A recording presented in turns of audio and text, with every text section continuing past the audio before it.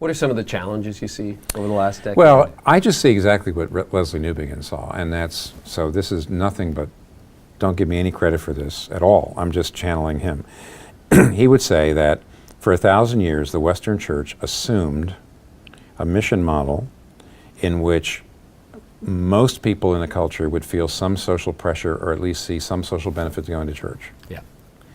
And the culture created people that had the basic furniture for a Christian worldview. That is, they usually believed in a personal God. They often believed in an afterlife, heaven and hell.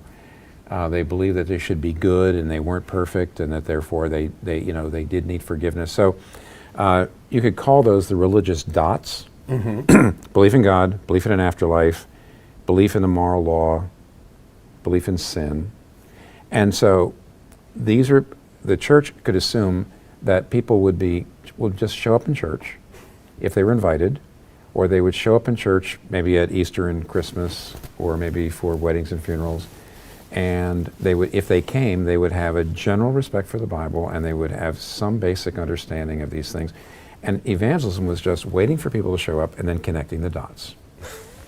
But what do you do if people don't come to church, won't come to church, why should they, and don't have the dots? So you can't evangelize by saying, oh, you want to go to heaven when you die, right? And you know you're not perfect, but Jesus Christ died for your sins so that you can be sure, if you believe in him, that when you die you'll go to heaven. So that's assuming all the dots. And what if the dots aren't there? Now what do we do? And Newbigin's basically saying the entire Western Church for 1,000 years has assumed a Christendom culture, and now that it's gone, it has no way of reaching people, doesn't know how to talk to people, get their attention. It doesn't know how, even if they do show up, they don't know how to share the gospel in a way that makes sense to them. So is that a cause for concern? Yeah. Yeah. That's why I say that, to me, that was an overshadowing concern. Yeah. How do you see that show up in the model of church that you see in America today? What do you think? You think a lot of evangelicalism or even mainline evangelicalism is still waiting for people to show up and connect the dots? Yes, and now the Willow Creek Seeker model did take one step in the direction of saying people aren't going to come to church unless they're great production values. So they don't feel the same social pressure to go to church. But even that seeker service model kind of assumes that people would see a social benefit. Right. And that they have somewhat somewhat of a traditional mindset, that they would say church is good and it's good to be talking about these moral issues and it's good to be talking about how do you handle anxiety. I would still say that they are assuming a kind of still a fairly traditional kind of person that would come in the door. They're not looking at people, I don't think they're reaching people who feel like the church is an agent for injustice. I don't think they know what to do with people who say, you can't make me feel guilty because the meaning of life is not to be good, a good person. See, that's what my family, my parents' generation, whether they're Christians or not. Yeah. The meaning of life is to be good. Today, the meaning of life is to be true to yourself.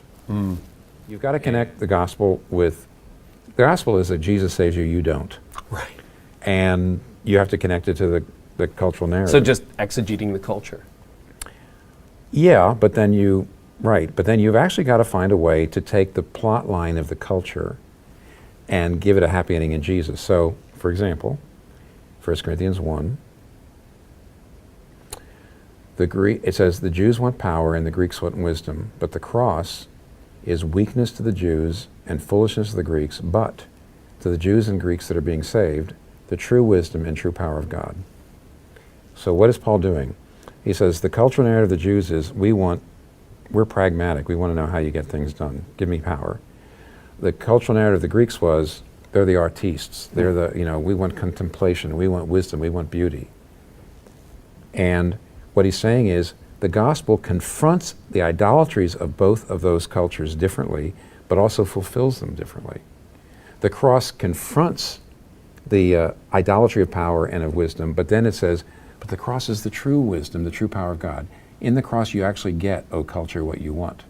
So it's not just cultural exegesis, It's contradictive fulfillment. It's subverting it and fulfilling it. And that's what you have to do in every culture. That's basically the missionary, that's the missionary task.